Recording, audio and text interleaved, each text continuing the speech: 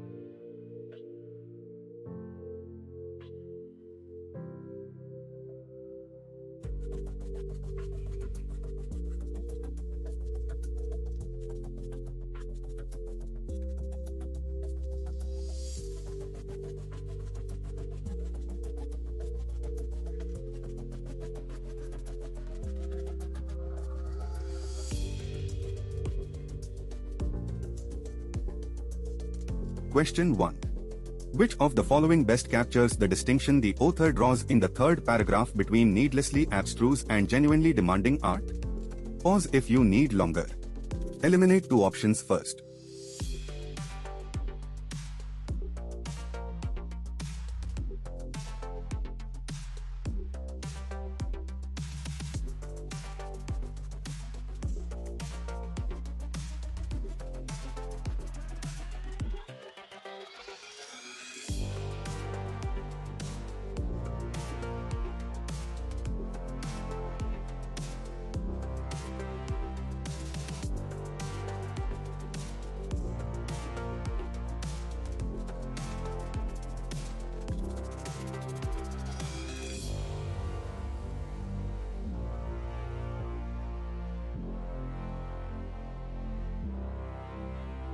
Question 2.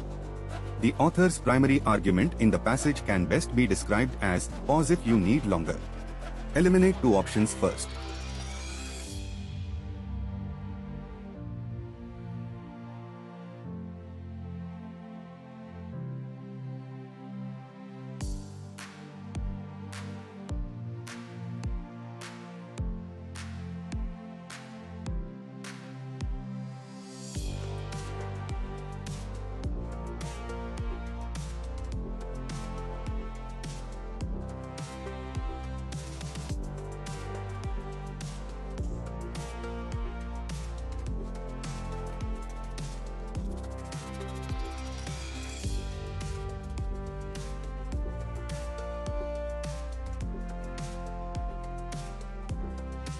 Question 3.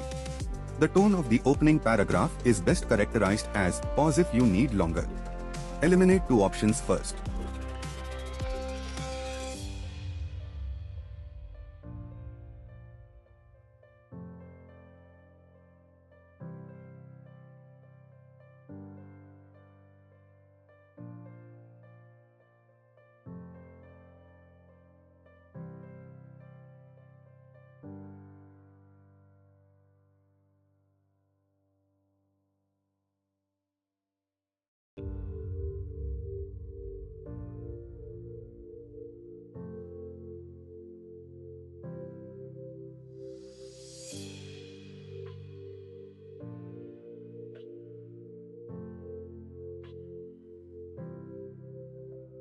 Question 4. The word recalcitrant in the final paragraph is used by the author to mean art that, pause if you need longer. Eliminate two options first.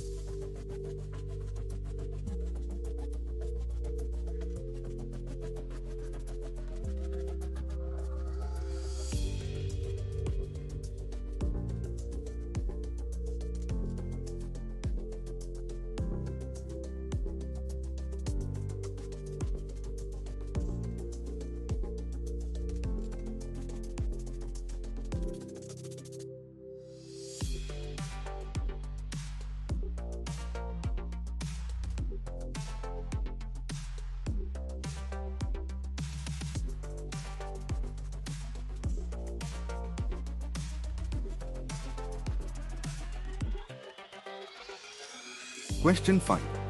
The author concedes in the third paragraph that art circulating only among those already equipped with the cultural capital to decode it risks becoming tendentious at best, fraudulent at worst. What is the most accurate inference about why the author includes this concession? Pause if you need longer. Eliminate two options first.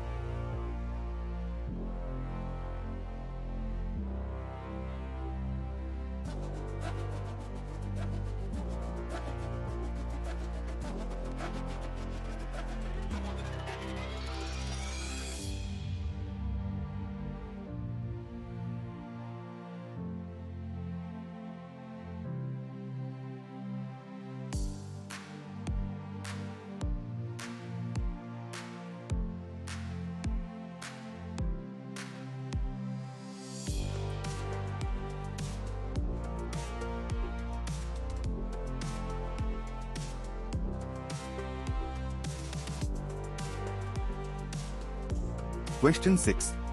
The author uses the phrase mistake the map for the territory in the final paragraph to suggest that, pause if you need longer. Eliminate two options first.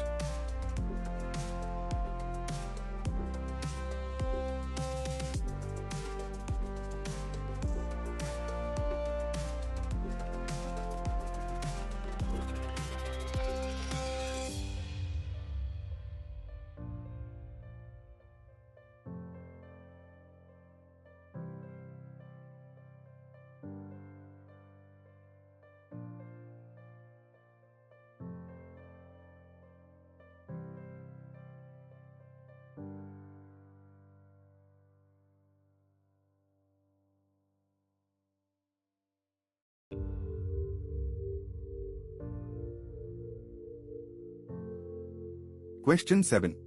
Which of the following can be most reasonably inferred from the author's description of Rothko's work? Pause if you need longer. Eliminate two options first.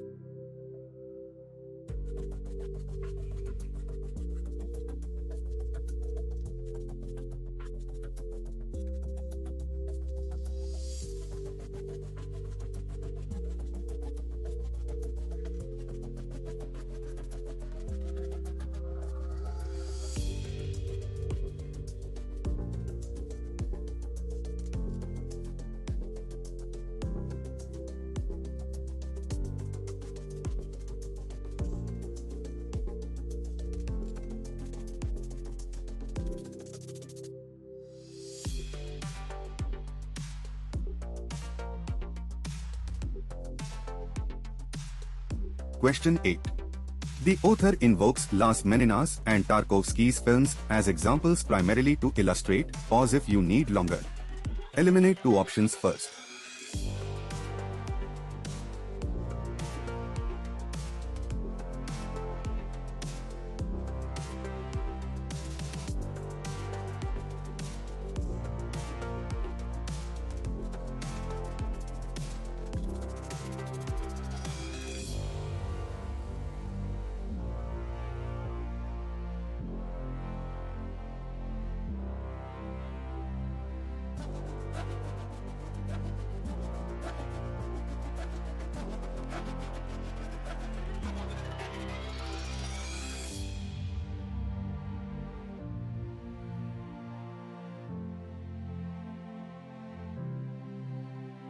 Question 9.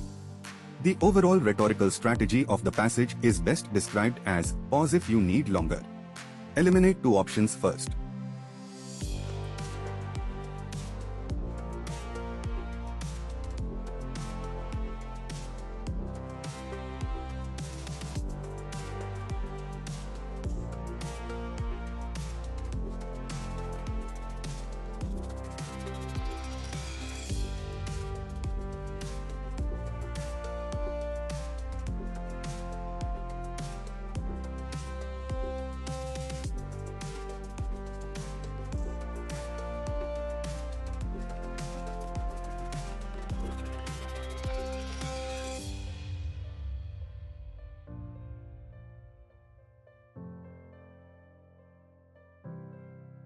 Question 10. What does the author imply by describing contemporary accessible art as ultimately ephemeral? Pause if you need longer. Eliminate two options first.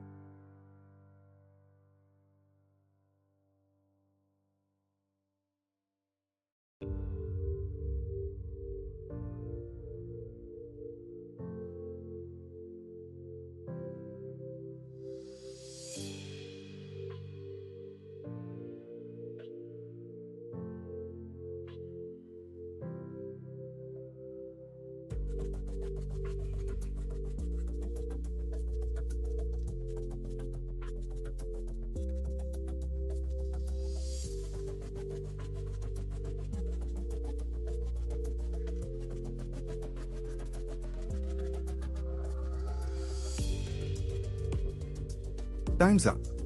Let's go through all 10 answers, one by one. Score yourself honestly. The answer is A. Though the author does not elaborate the distinction at length, the entire logic of the passage supports this reading. Work that is genuinely demanding presupposes interpretive capacities and rewards their cultivation, like Rothko, Las Meninas, Tarkovsky, while needlessly abstruse work is difficulty without depth, a pottery game. The author laments that criticism has abandoned the tools to make this distinction, implying the distinction is real and important. The answer is B. The author's central thesis is that the drive toward accessibility in contemporary art has become intellectually corrosive. It equates difficulty with elitism and, in doing so, hollows out the very depth that makes aesthetic experience valuable. Option B captures both the critique and the mechanism, conflation of accessibility with democratic virtue, precisely. The answer is C.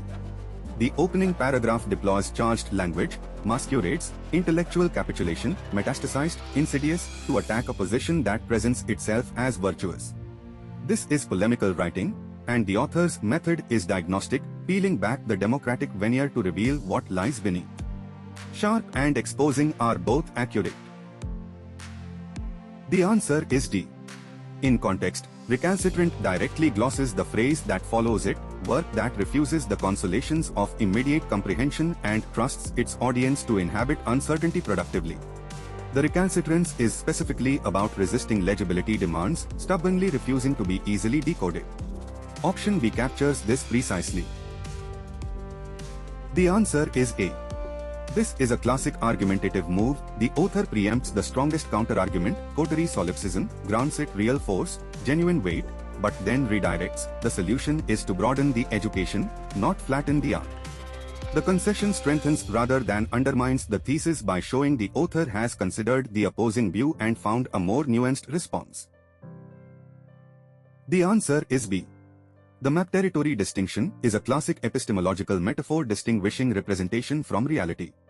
Here the map is the legible verbal explanation of art, and the territory is the actual, irreducible aesthetic experience. To insist on the map, legibility, as the goal is to mistake the explanatory tool for the experience it can only partially represent. The answer is C. The author states that the phenomenological density of Rothko's work was not incidental to its meaning, it was constitutive of it. This directly supports the inference that for such works, form and meaning are fused. The difficulty is the meaning, not a barrier to it. Option C restates this inference accurately. The answer is D. The author explicitly states that these works sustain their vitality precisely because they resist exhaustive interpretation and remain, in the best sense, inexhaustible. The examples are marshaled to prove that endurance and aesthetic vitality are functions of interpretive resistance, directly supporting the thesis that demanding art should be tolerated rather than flattened. The answer is A. The passage has a clear dialectical architecture. Paragraphs 1 to 2 establish the thesis, accessibility as intellectual capitulation. Paragraph 3 concedes genuine weight to the antithesis, art as class mechanism. Paragraphs 4 to 5 move toward a synthesis. The problem is real, but the solution is broader education and tolerance for the recalcitrant, not aesthetic flattening. This is textbook dialectical argumentation. The answer is B. The author argues that work that communicates its meaning in the first 30 seconds of encounter offers nothing to sustain the ruminative attention that transforms aesthetic experience into genuine contemplation. Ephemerality here is about experiential exhaustibility. Once the legible message is decoded, the work is used up. This is an aesthetic, not physical or political, claim. Drop your score in the comments, it genuinely helps to compare. Remember, on a CAT-level passage, accuracy beats speed every time. That's RC number 5 done. A new passage drops every week. Subscribe so you don't miss the next one and comment your score.